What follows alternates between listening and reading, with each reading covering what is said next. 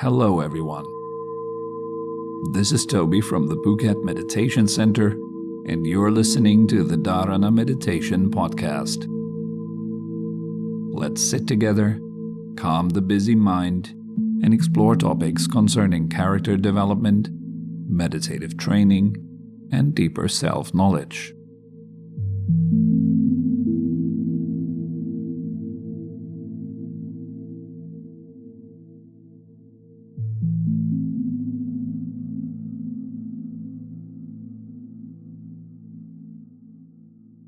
We begin by sitting upright.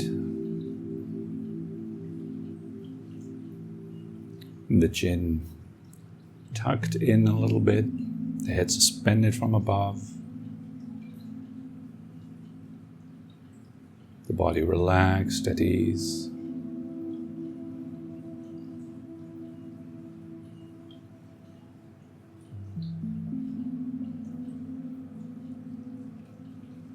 Just breathing into the entire body for a little while, breathing comfortably. Allow everything to settle down a bit.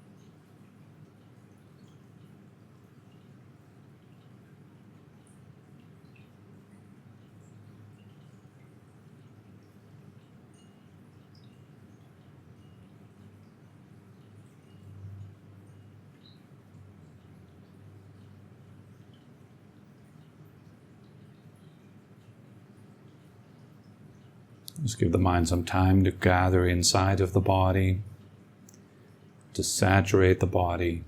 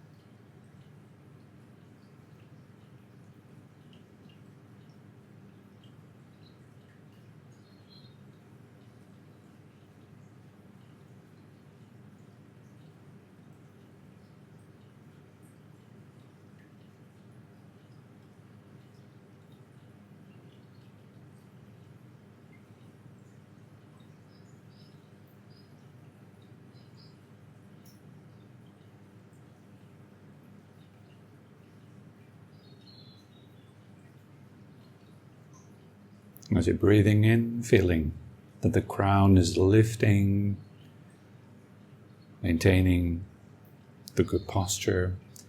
As you're breathing out, melting the flesh, melting the soft tissues, let everything sink down a bit. Let the body relax.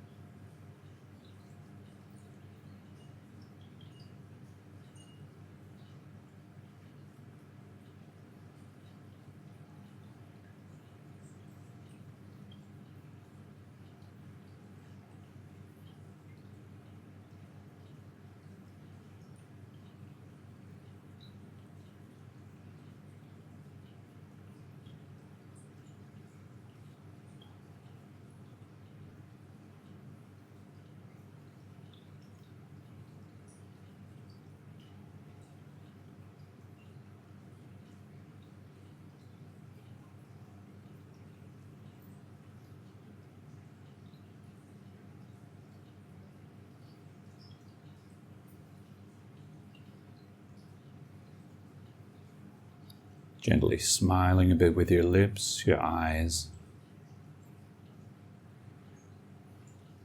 Receiving the body and the mind and whatever experience there is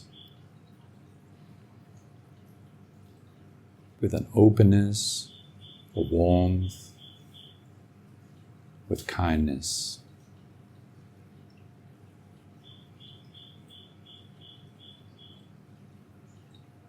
Letting go of all the resistance to what there might be.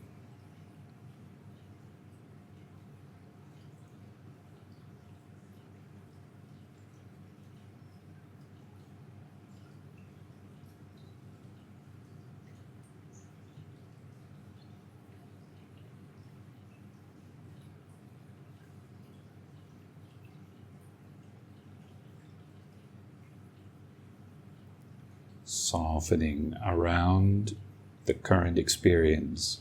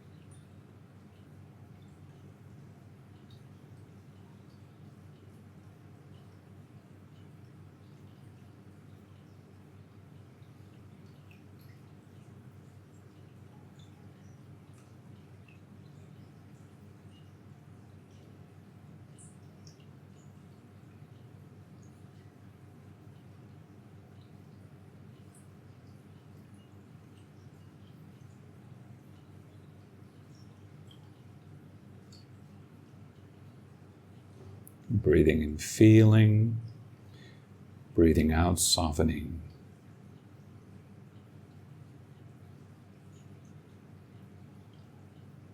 We're not here to get rid of anything. We're not here to add anything. We're here to simply know. Be aware of what is.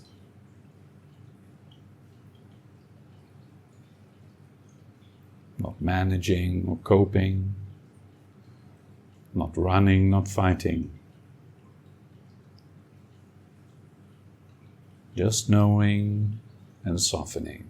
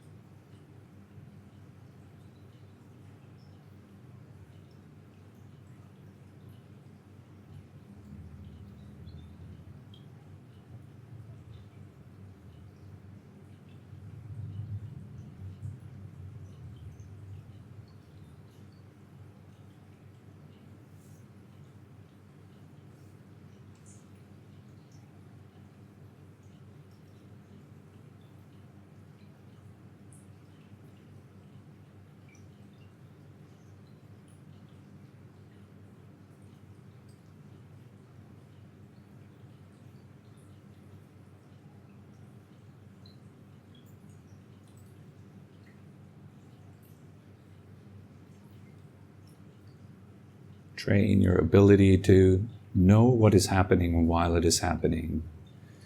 Just basic presence. not reacting to it, but knowing it. That includes knowing potential reactions.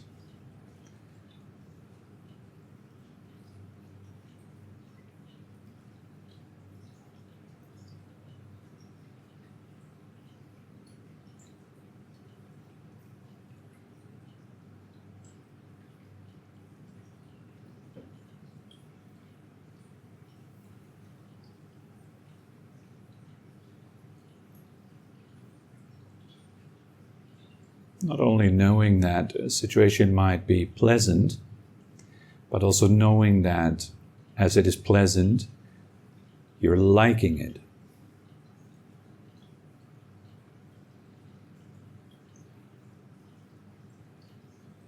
And the same goes for when a situation is unpleasant and you're disliking it.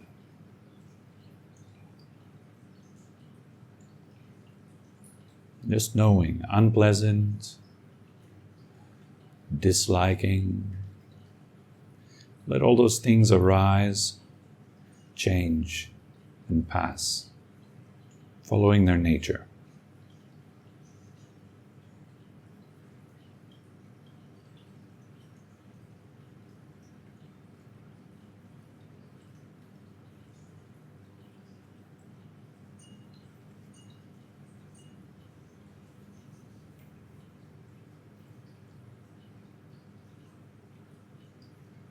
And keeping your body still as good as possible. If you're itching, don't scratch. If you're uncomfortable, don't move. Simply know.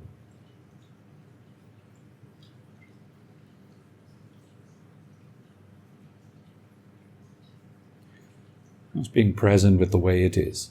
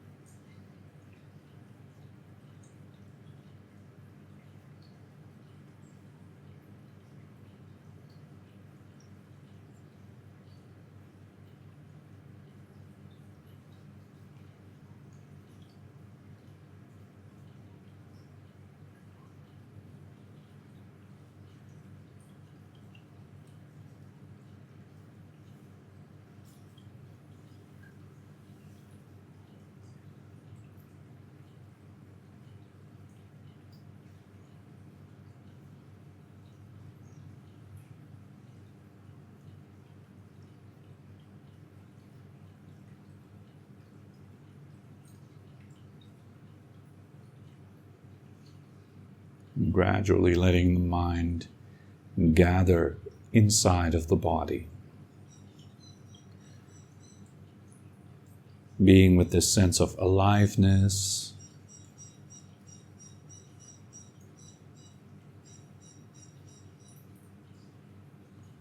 observing the inner changes,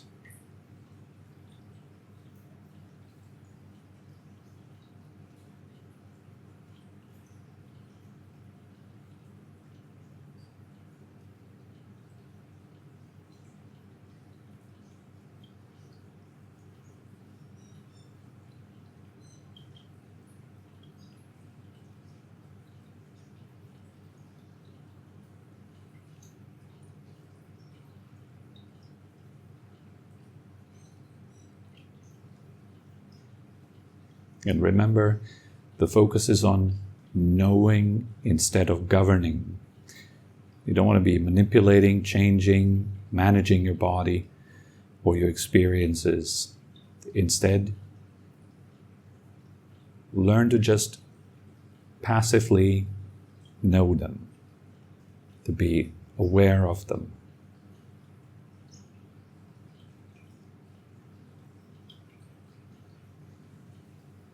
Giving them space to be, softening around them.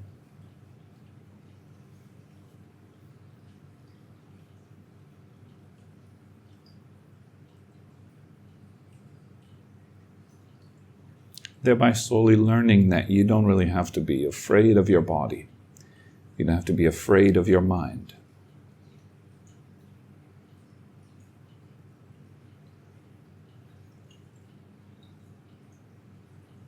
It's just feelings, it's just thoughts, it's just life. You don't have to be afraid of life.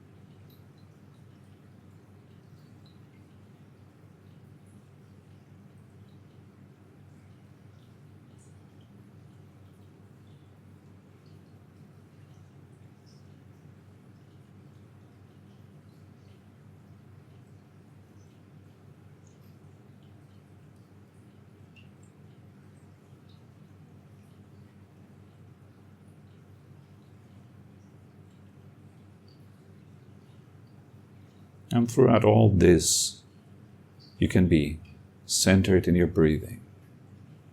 As you breathe in, know that you're breathing in. As you breathe out, know that you're breathing out.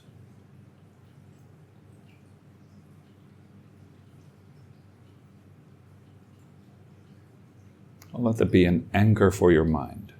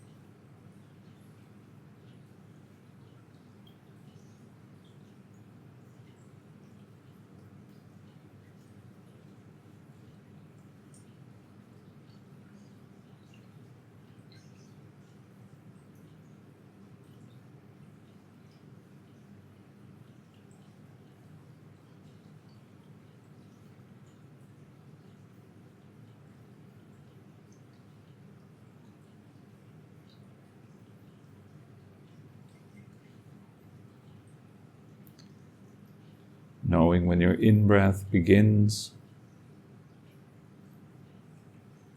or when it ends. Know the little gap.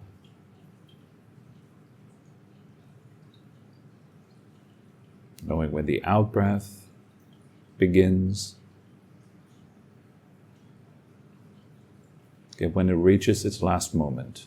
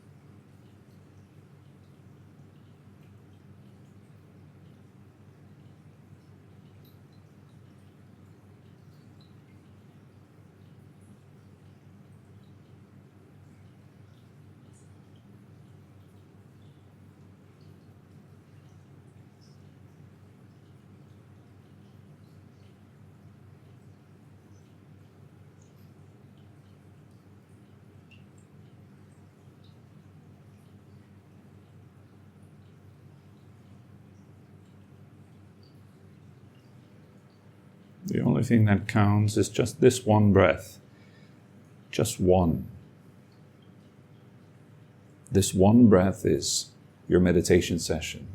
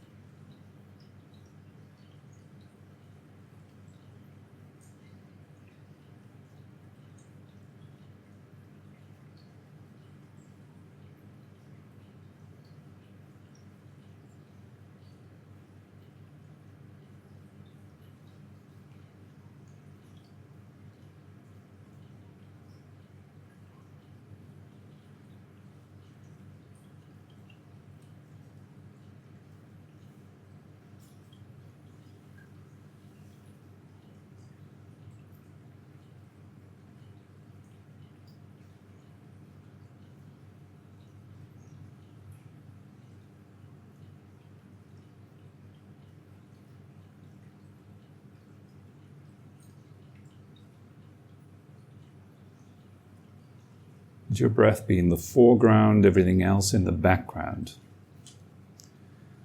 There's no need to get rid of anything. There's no need to block anything out.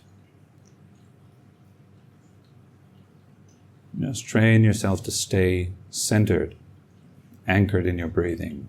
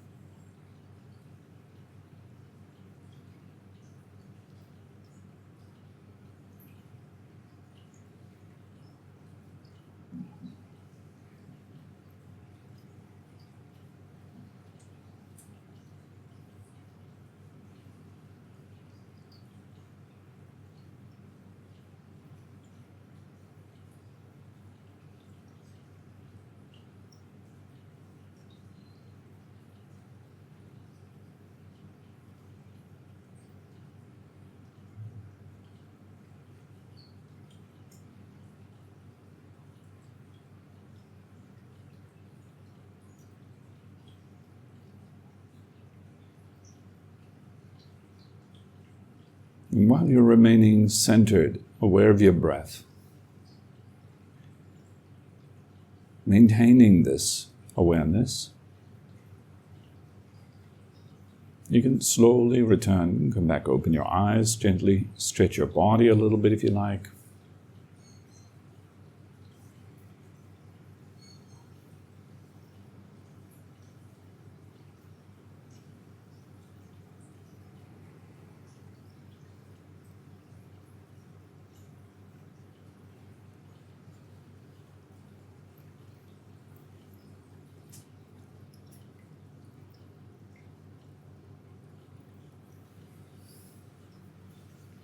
Maintaining very soft awareness in your body, just knowing, feeling the body, making that basic aim for the rest of the day to keep the mind and the body together. So welcome everyone. It's good to see all of you. So as I always say, one of the first things that you should cultivate and get good at and practice is sitting still. Not moving around, not fidgeting, not scratching, not rubbing, not swaying, none of that.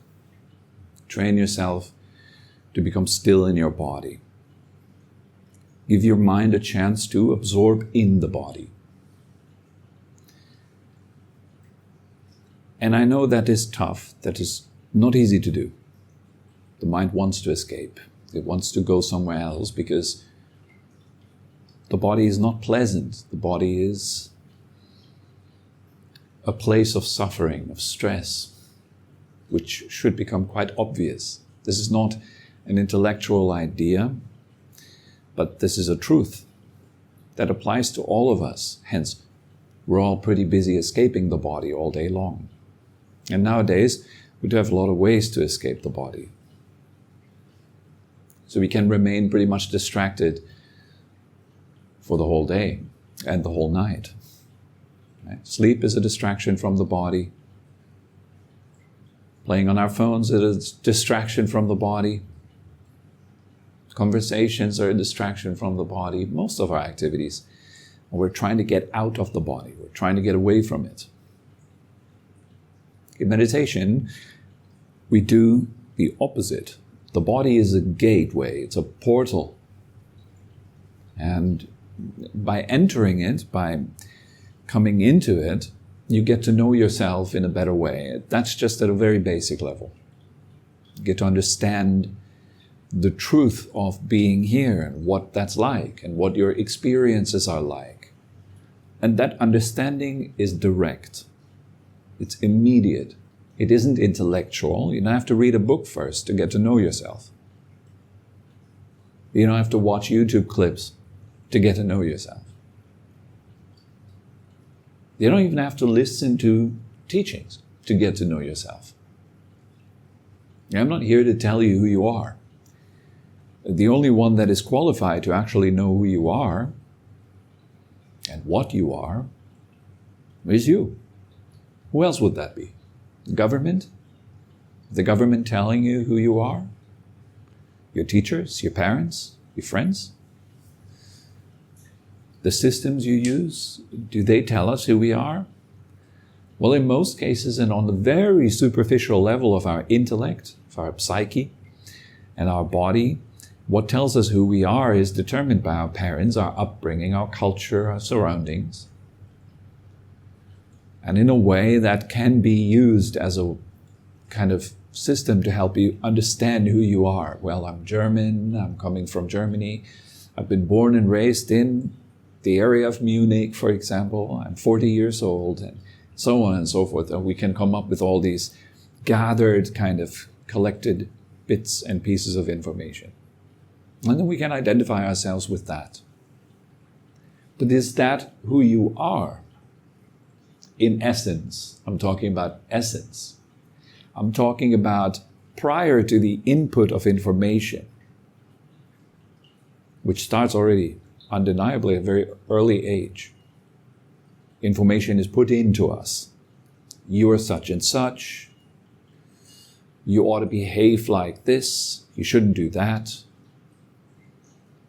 Punishment, reward, and so on. I'm not saying these things are wrong, but I'm saying that there is a deeper layer to you than those things. Your culture, your identity, your beliefs and ideas, your opinions, the knowledge that you've consumed, talking about intellectual knowledge, like the books you've read and so on. There's a deeper layer to you than all those things. And you cannot get to know it as long as you are stuck in any of those things that you're not.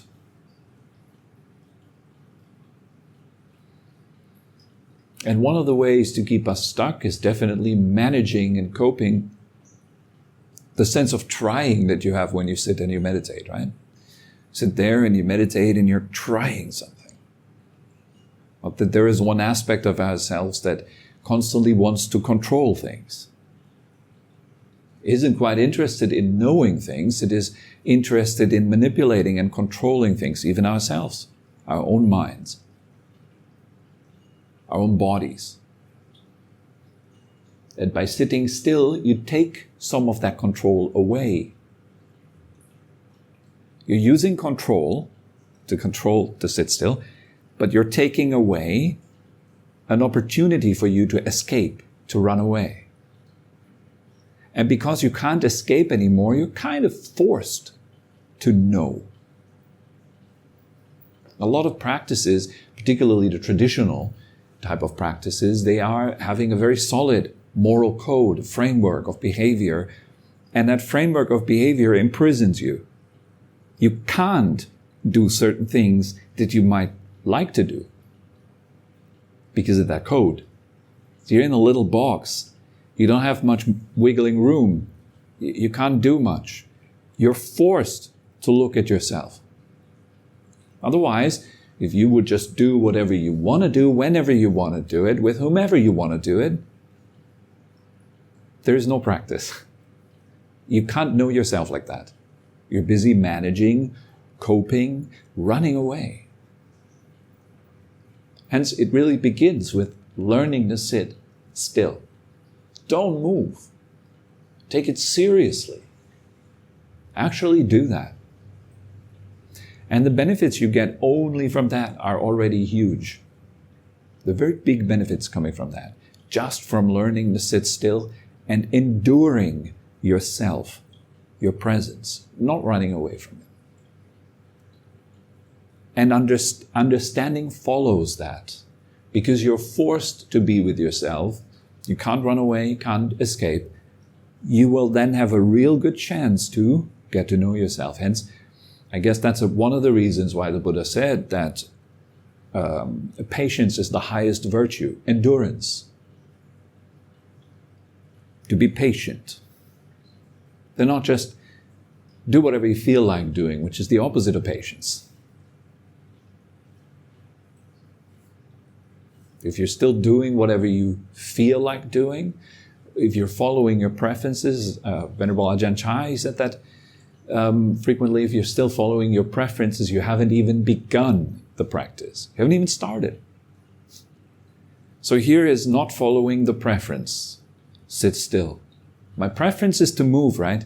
My preference is to cope, to manage. But I take that away from myself. I take it. It's like I'm parenting myself.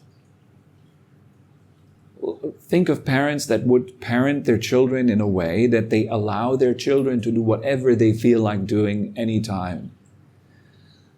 Children want to have candy all the time, for example. Imagine the parents just constantly feeding them only candy because they do not want to eat other food. They just want to eat candy all day long. So if the parents then say, well, go ahead. And they disguise it even under the header of love. I give my child candy because I love them. But the truth is very different. We give the child candy because we are afraid that if we don't, they do not love us. It's very different. Well, we can't see that truth because we're way too busy running away from it, avoiding ourselves. distracting ourselves. So we cannot see why we do what we actually do. And in that way, our lives go downhill, just following our preferences. Just being comfortable, right? If you're just being comfortable, you will never grow. It's impossible to grow if you're staying comfortable. You cannot grow in comfort. That's unfortunately like that. If you want to grow, you kind of have to have times during the day. I'm not saying you constantly have to be uncomfortable, because if you're constantly uncomfortable, you cannot grow. But there needs to be some sort of balance. And here, sitting down, remaining quiet in the body, you're not comfortable. So you're challenged to find a higher level of comfort through that. A level of comfort which is not dependent on how your body behaves or feels like. So that later in your life, perhaps when you're getting sick, when you're diagnosed with cancer or heart disease or something like this, some of the major killers in life, and you're strapped to your hospital bed, you're not suffering your body because you've trained. You're well trained. So it's not an issue for you. It might still be an issue for your family and friends, but for yourself, no big deal. That comes only through having trained that over and over for thousands and thousands of hours. If you don't train in that, then when you are forced by sickness, for example, to be immovable in your bed, it's going to be so much worse than it needs to be. So familiarize yourself with discomfort and give yourself a chance to actually understand and know and transcend lower levels of, or more like superficial levels of suffering and stress. And then take it from there. Let's go deeper.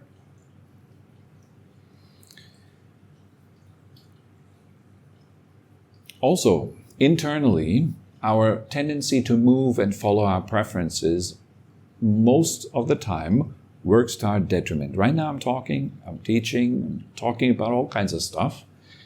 And you perhaps think, when I say the word suffering, for example, you perhaps think that you know exactly what I'm talking about. There's no question in your mind, right? Like suffering, how does he define it? You just accept, didn't you? I just say the word suffering and you go, yep, suffering. Sure, know exactly what that is. And that's just one word. How about the word meditation? How about mindfulness? You all think you know what that is, right? That's a huge problem. Read a book, hear a teacher speak, watch a talk. The biggest problem is you think you know what they're saying because you understand the words. And because you understand the words, you think you understand the thing. The Buddhist path, for example, it starts with right view. That's the first of the Eightfold Noble Path. It's right view. Right understanding, right comprehension. And once you have right view, out of that arises right intention. But if you lack right view, there will still be intention that arises, yet it'll be wrong, because the view is wrong. Such as when I say the word suffering, and you think in your mind pain, for example. You translate for yourself the word suffering as pain. Most people do. They think, well, suffering means pain. They would never think of including pleasure in that.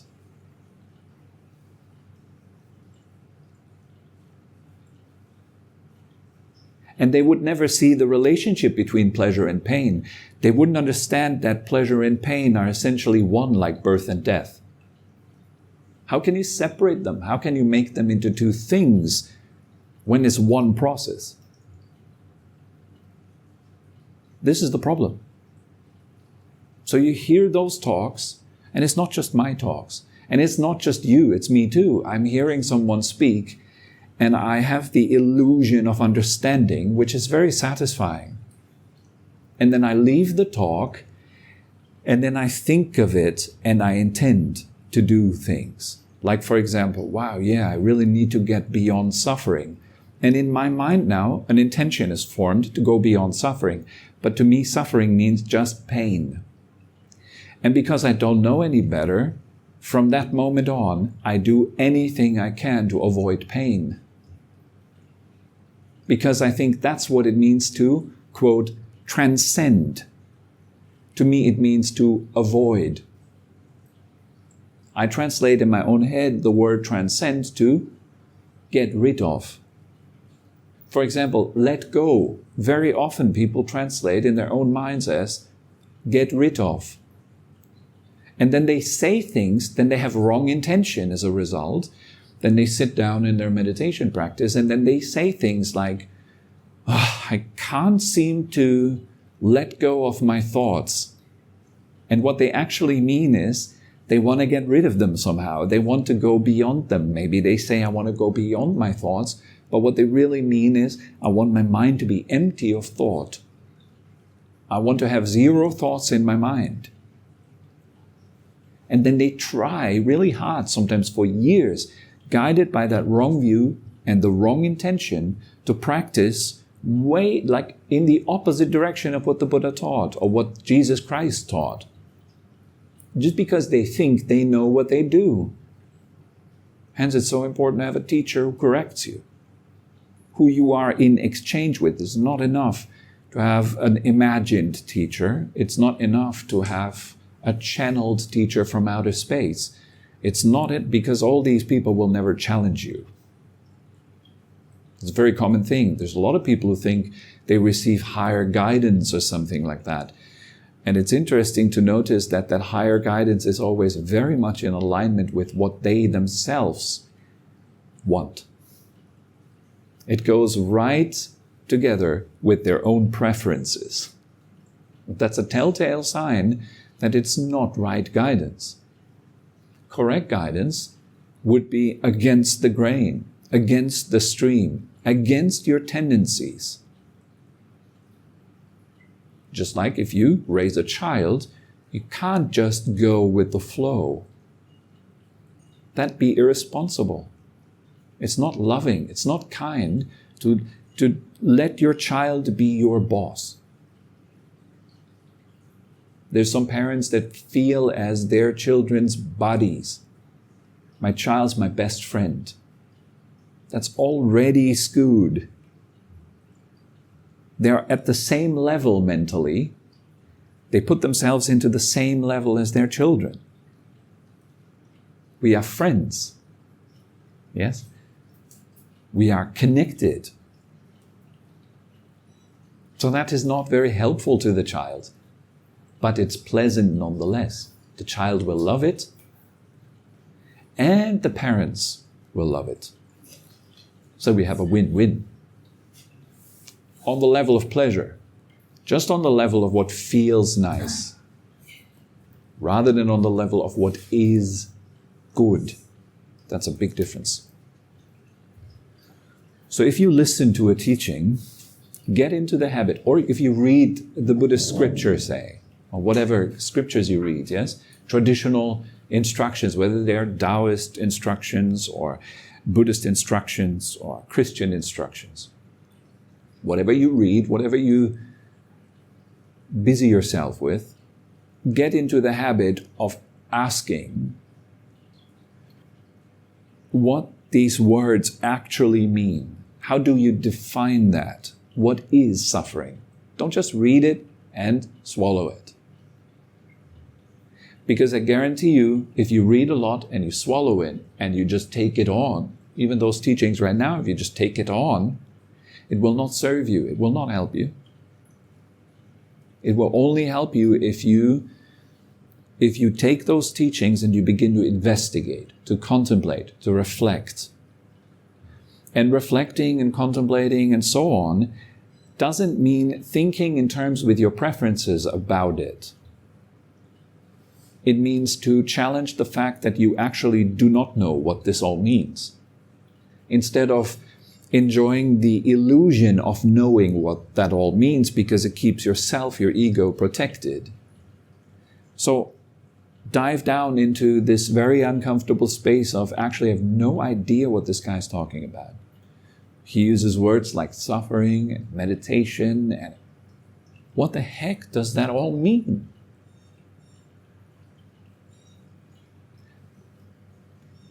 Then reflect, contemplate, think about it. Seek out sources of knowledge that can help you to form a bigger picture until you slowly begin to understand what these people actually mean when they talk about those things.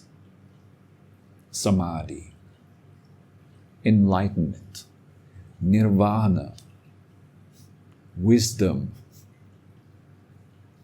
morality. Don't just swallow it. It doesn't serve you, you know. Think, what does that mean? Morality. What does that actually mean? Find a definition, then question that definition. Compare it with other definitions. Actually get in there. Really study. Take it to a deep level until you have, over the course of sometimes years, months, you'll get quite a solid understanding of what those words refer to. You get a bit of an overview, a bit of an idea. And that serves as a guiding system for the actual practice. So when you sit down, you're now informed. You have a right view. So your intentions are based on that view.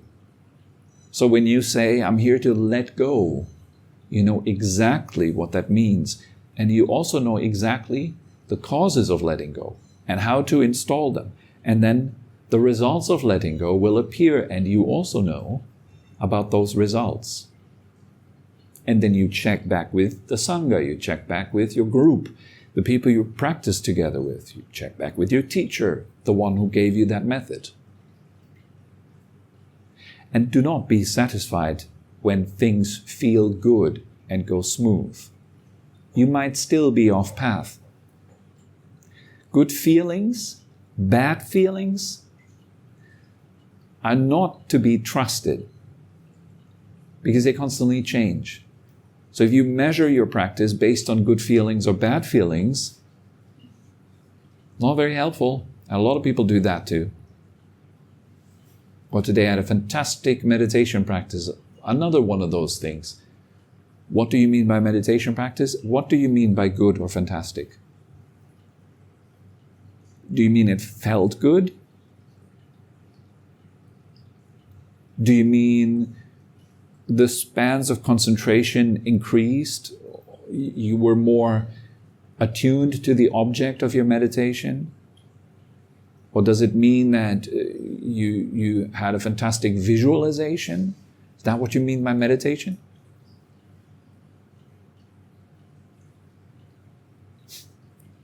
In conversations too, talking with your friends, someone comes and says, wow, I had a wonderful day. Doesn't that make you curious?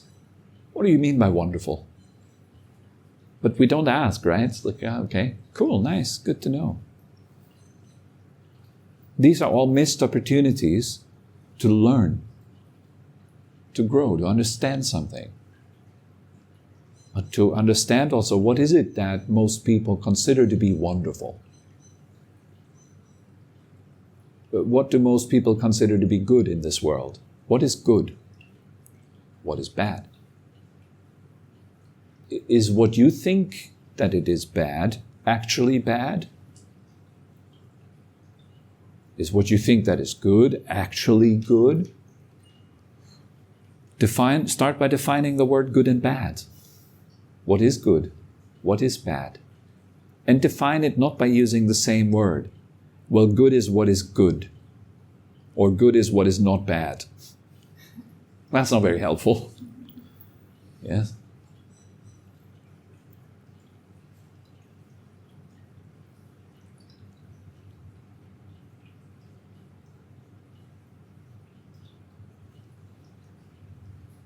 or good is whatever feels good. That's also not very helpful because you're still using the word good. You haven't described what's behind that word.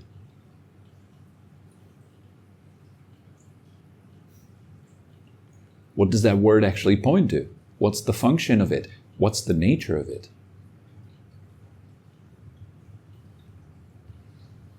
It'll be pretty shocking in the beginning to find out that even the way you speak with yourself is based on all these assumptions and beliefs that have never ever been questioned.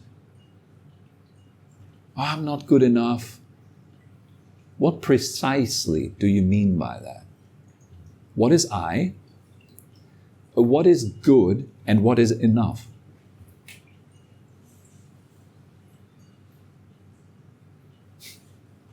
It's already starting there, it falls apart, right? It's like, really, what do I actually mean by that? What exactly would it be about me that is not good enough? Is it the atoms of the body? So any atom to be found which could be said to be not good enough? Is it all the various facets of my psychological mind? Is there any facet that is not good enough? Then who is to judge that? Whether one psychological facet is better than the other. How do I know? It's very humbling to do that because at the end you find out actually I know that I know nothing. Very famous statement. Who was it? I think Socrates. Wasn't it Socrates who said that? I know that I know nothing. Whoever said it, that person must have come to a conclusion that made them say that. Perhaps it was that reflection that whatever I think I know is merely that. It's a bunch of thoughts. And I haven't produced those thoughts. I have learned them. I've learned to take them on and take them as my own without any questioning. There's a bunch of thoughts in the universe. A whole lot of them. Why did I pick those particular thoughts and identify with them? Why not different ones? Why would I take a group of thoughts that on top of that doesn't even serve me and identify strongly with it? Why, not just a rhetorical question, why would I actually do that? What moves me to do that? I don't know either. It's a mystery. So much of what's going on within me is like not understood. It's a big black unknown with a whole lot of flurry things. Thoughts, images, words, pictures, feelings. It's chaos. No wonder I'm afraid to sit down and be still with myself because I'm confronted with an entire universe of unknowns.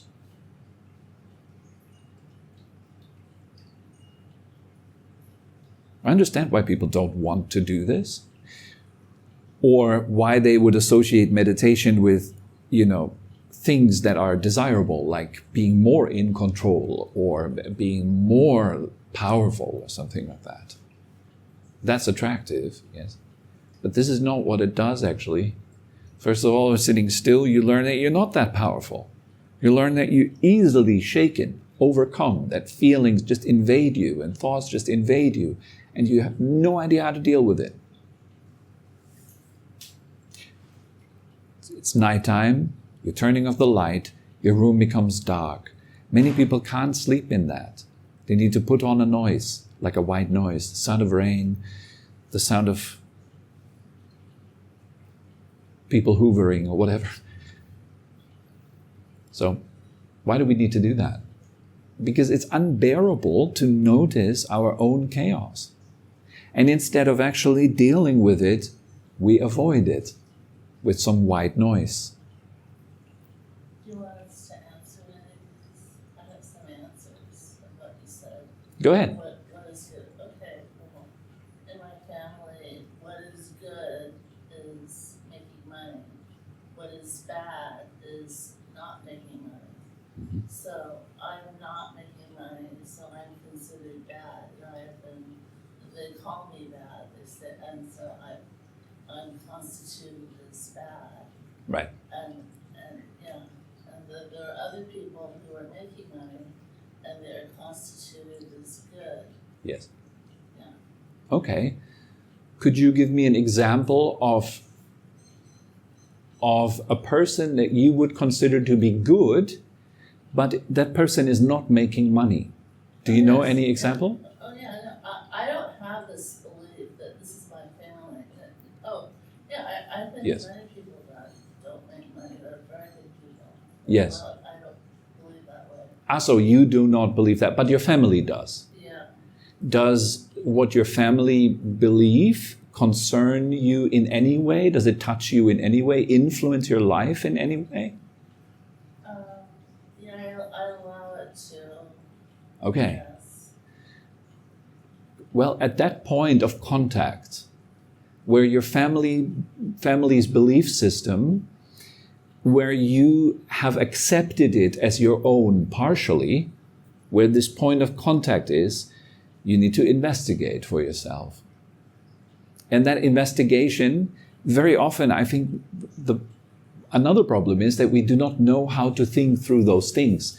So we're just sitting in front of this problem and we do not know how to tackle it, how to solve it, or what kind of questions to ask ourselves.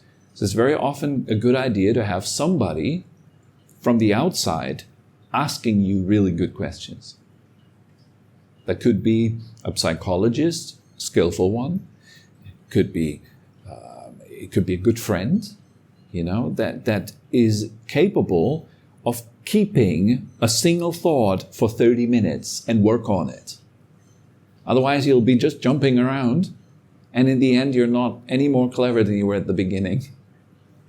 You need somebody that has staying power, that brings you back. Let's come back to that root thing that you still don't understand. Until you understand it. And once you understand it, that's the first part. How do you now deal with it? How do you work through it? And so on. And it's quite a lot of material to go through for most of us, yes? That's why we need good friends on the path. That's why the Sangha in Buddhism, the group of people who practice, is so important. That's why having a teacher is so important. They're all here to pop your bubbles, to keep you on the path. They're all here to help. So to work through these things, it's good to have help. You can't do it by yourself. I would argue you can't do it by yourself. Because if we are by ourselves, guess what we do? We follow our preferences. Now we follow our preferences in thinking. We follow our preferences in feeling. And then we just determine things to be a certain way at the end of it. And it's mostly designed to keep ourselves cushioned again. So you can feel like it's dealt with, but it actually hasn't been dealt with. The next problem in our life that comes up will reveal that. Where you again feel like, oh, I still feel that. I still feel angry about this statement that someone made. Maybe someone mentioning is like, hey, that's my son. He's 19. He's a medic. He's making $300,000 a year. How about you? And you feel like it pulls you a bit or something. Whatever it is, when you contract, when you feel pain and suffering inside of you, due to whatever reason, that's where you need to look. And of course, not only alone, but with help. Yes, all right, I think it's enough for today. Thank you very much for coming. Have a good time. Enjoy your week. We hope you enjoyed this episode and had a meaningful time. For more information and upcoming events, head over to our website at phuket-meditation.com. Thank you very much for listening and have a wonderful day.